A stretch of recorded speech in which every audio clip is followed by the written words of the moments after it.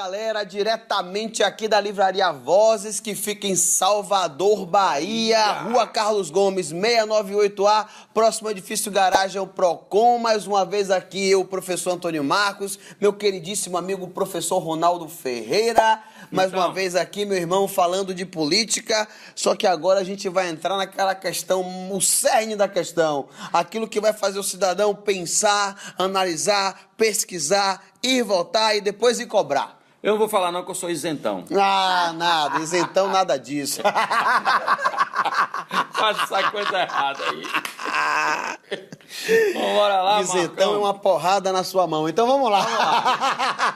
Olha, Na sua cachola. eu vou dizer pra você, é aquela coisa, né? Pô, eu sou direita, eu sou esquerda, eu sou centro. Tem um cara que...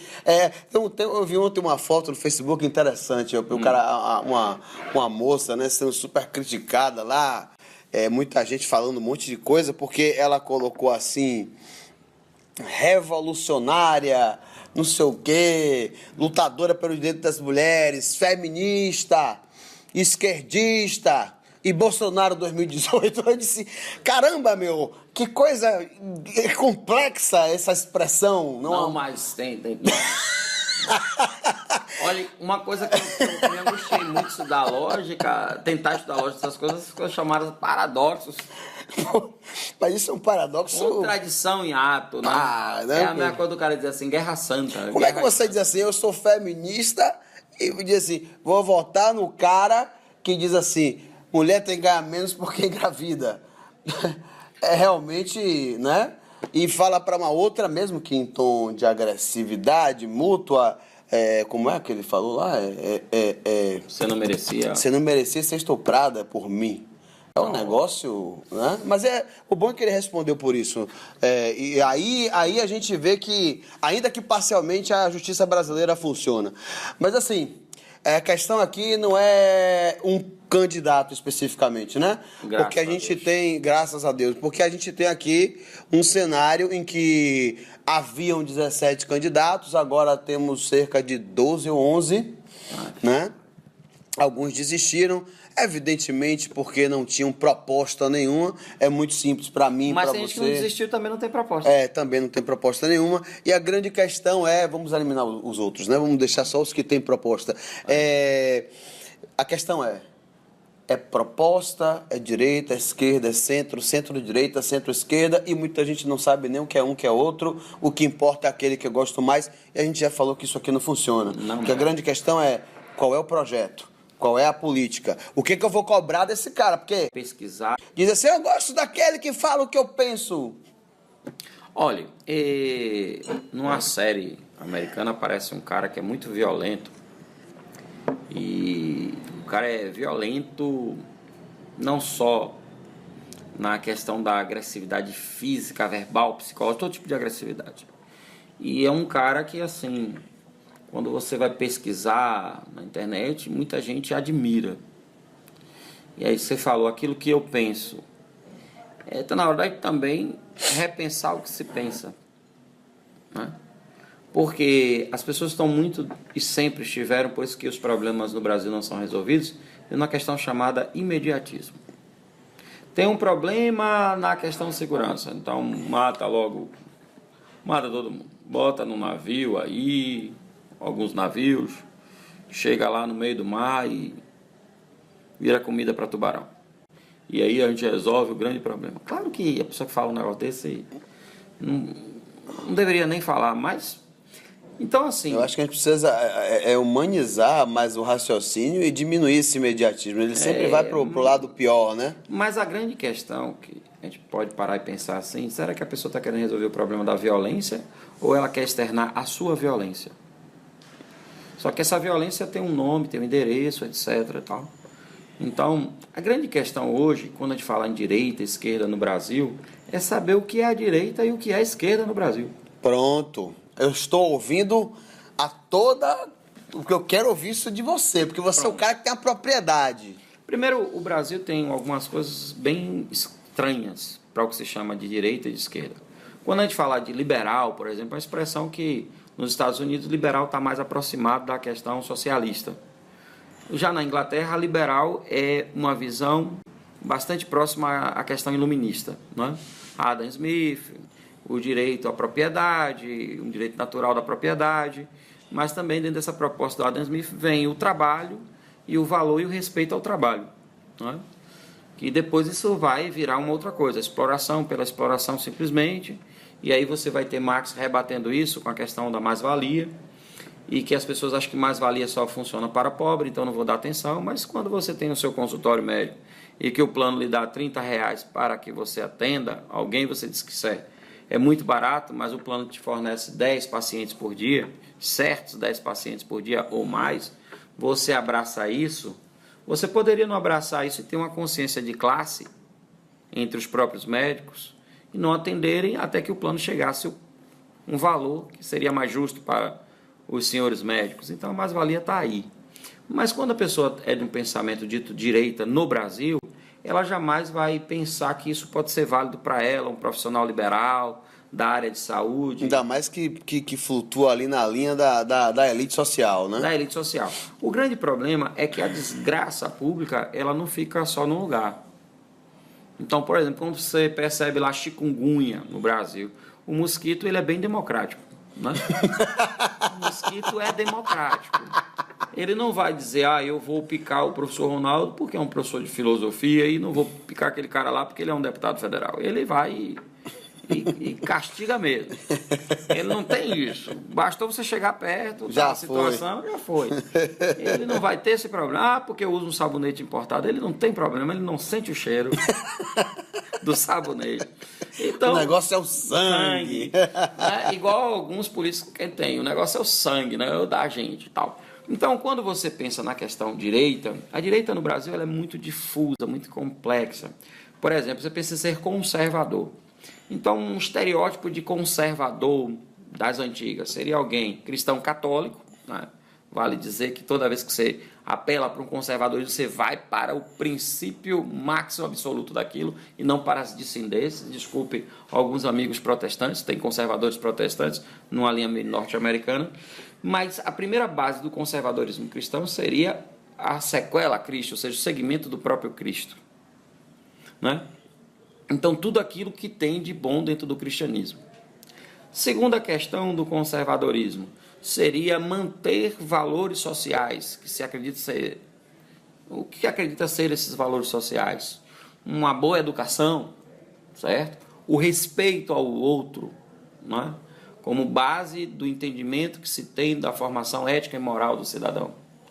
Depois, a ideia de equidade, uma vez que eu sou cristão, eu penso na igualdade, ou pelo menos o respeito aos desiguais. Certo. E, acima de tudo, a dignidade do outro. Então, seria uma base de um conservadorismo radical. Mas não é bem isso que às vezes a gente encontra. Nós encontramos aí cristãos cheios de ódio. O cristão defendendo pena de morte. E aí vai ter vários argumentos em relação cristão defendendo segregação racial. Isso é muito louco, né? Porque quando você fala na pena de morte, você pode perambular por um espaço aí de defesa, etc, um monte de coisa. Mas não é disso que estamos falando. Estamos falando num país em que a justiça não funciona e que mesmo assim você acredita que para resolver o problema da violência seria matar pessoas. Então, onde fica o arrependimento, a piedade, a compaixão, etc. Uma série de coisas que são atributos cristãos. Ronaldo, me dê só um parêntese nessa questão, é que eu acho assim, eu me vejo como uma pessoa conservadora. Eu não me vejo como um homem de direita, tá? Sim. Mas me vejo como uma pessoa conservadora. Tá. Eu carrego princípios conservadores porque tive uma educação voltada para um determinado conservadorismo, né? Embora não seja cristão católico, especificamente, mas assim... por exemplo, algumas pessoas perguntam assim pra mim, né? Até pela minha idade, você tem filhos? Eu digo, não casei ainda.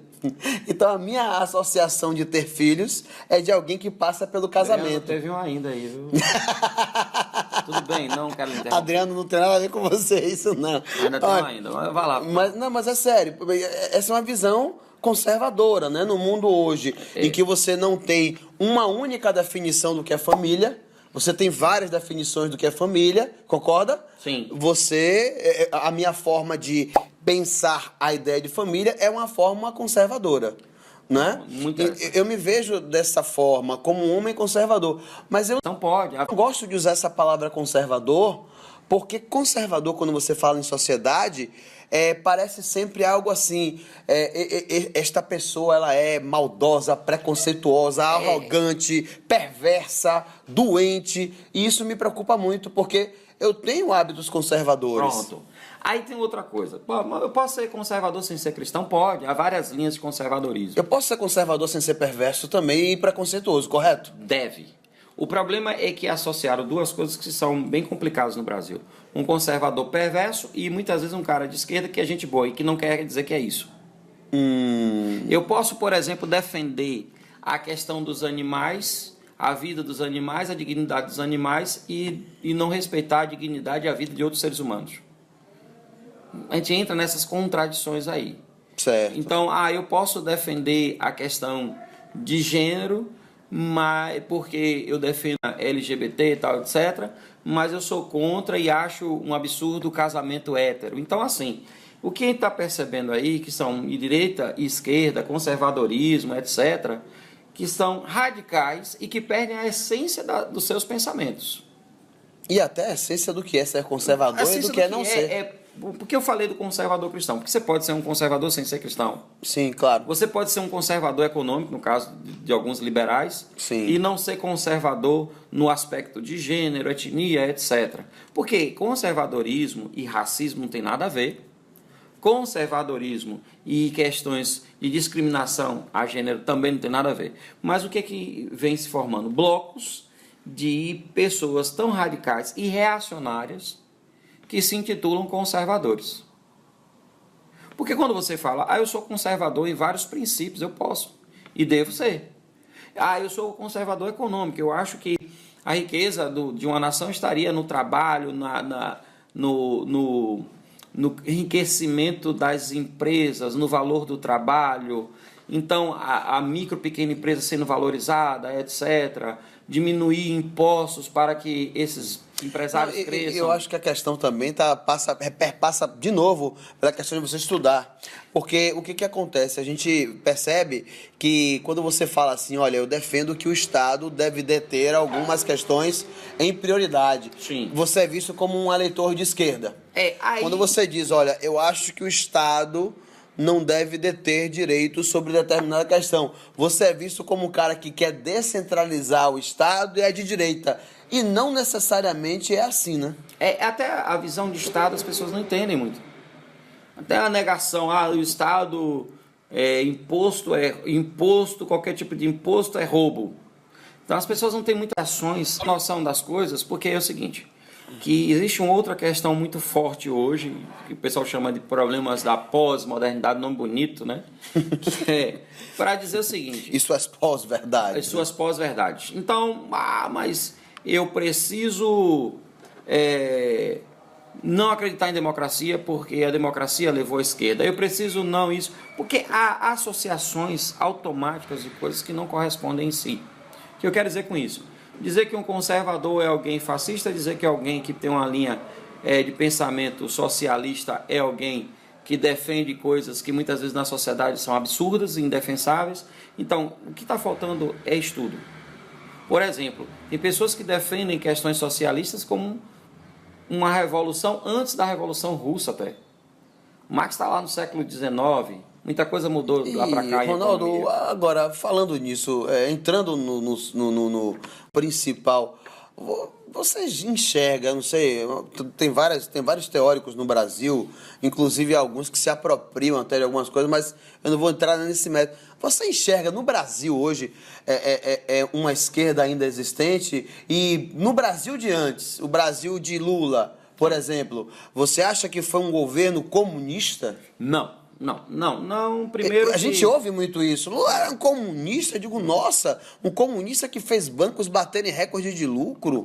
Um comunista que, né? Então, assim, seria um comunista muito interessante pro lado direito da coisa, né? Então, assim, eu vejo que a gente às vezes fala de... Eu vejo palavras de muito ódio ao comunismo e não consigo enxergar em que período o Brasil viveu o comunismo, porque para mim nunca viveu. Nenhum nem outro, porque, por exemplo, se você pensar quando foi que o Brasil teve pensamentos liberais, nossa economia sempre foi uma economia subdesenvolvida, uma economia dependente. A gente teve escravidão no Brasil até o século XIX, viveu uma idade média tardia, quase chegando no século XX. Depois a gente teve uma política totalmente agrária, a política café com leite, ou seja, dos grandes produtores rurais. Um Marquês de Mauá, né, o Barão de Mauá, teve um sério problema com o governo já de Dom Pedro II, porque ele queria fazer do Brasil um país liberal, trouxe empresas do exterior para cá, estava valorizando o trabalho, o salário, aquela coisa toda. Não houve. O que há no Brasil é essa estagnação política e econômica e essas discussões sem futuro. Porque as pessoas, de fato, não entendem o que é ser de esquerda nem de direita. E querem brigar. Na verdade, a questão toda é brigar. Uma reforma política ajudaria, não? Uma reforma política verdadeira. Sim. Porque isso que eles fazem hoje é uma palhaçada. Dança de cadeira. É dança de cadeira e a reforma se baseia em como conseguiremos mais benefícios, mais privilégios. Aí você tem candidatos presos a partidos, você tem presidente totalmente preso à questão de um parlamento que não pensa o bem da sociedade, sim o benefício deles. O cara que é eleito só pode governar com determinadas alianças e determinados mimos e penduricários. Ministérios que são colocados por partidos e não por competências. Isso que é o que mais fere. Então, quando a gente pensa a estrutura de democracia, temos uma estrutura maravilhosa. Melhor, posso dizer tranquilamente, melhor do que a dos Estados Unidos e tantos outros países. Mas por que não funciona? Porque não há um sentimento de cidadão, de acompanhar, de lutar pelo que é ser. O brasileiro tem amor à pátria, não só no futebol. Saia do seu Facebook. Leia. O cara acha que no Facebook fazer a protesto funciona. Não funciona, caramba. Melhor ainda é o Instagram. Instagram, tanta foto, tanta felicidade. As pessoas são tão felizes. Pois é. No mundo fantástico da vida para o outro ver. É um mundo fantástico para os outros, né? É uma mistura de sentimentos, né? Mas assim, a gente tem que se abster um pouco dessa questão de direita e de esquerda agora e pensar o que é o valor. Pode acontecer um Brasil melhor? Essa é a grande questão. Exatamente. Um cara que entenda, uma mulher que entenda de economia, que saiba a questão básica do que é isso que o brasileiro precisa procurar. Que tenha educação suficiente para governar para todos. Isso. Certo? Porque governar para todos, viu, gente, é uma questão de educação, é uma questão de princípio, é uma questão de moralidade e é uma questão de respeitar a lei e a Constituição brasileira. Sim. Tá lá na Constituição.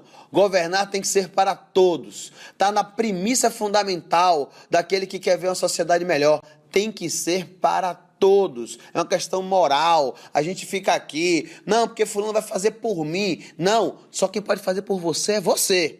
Agora, quem pode representar esse sentimento de que o mundo pode ser melhor, fazer com que você possa pegar um transporte melhor, se alimentar melhor, que seus filhos tenham uma escola boa, que você não tenha que conviver com tiro, com bandidagem, com tráfico de drogas, que você não tenha que conviver com cartões corporativos, que você não tenha que conviver com políticos que ficam pregando ódio às mulheres, aos gays e aos negros, que você não tem que conviver aos pobres, que você não tem que conviver com essa maioria de políticos que chega a mais de 95% que odeiam os pobres. Né? Eu morei no subúrbio ferroviário de Salvador, sei exatamente aqui viver no mundo pobre. Morei na Cidade Baixa, sei exatamente que viver no mundo pobre. Então é importante a gente entender que não é porque hoje eu tenho um emprego, não é porque hoje eu tenho uma condição um pouco melhor do que eu tive antes, eu dar as costas a uma realidade que precisa ser melhorada. E se você é essa pessoa, e se você se diz homem e mulher de bem, se você é uma pessoa que realmente quer um país melhor, rapaz, procure alguém que possa fazer isso. E tem gente para fazer isso. Não se negue, não dê as costas, porque dar as costas à política é dar as costas a você.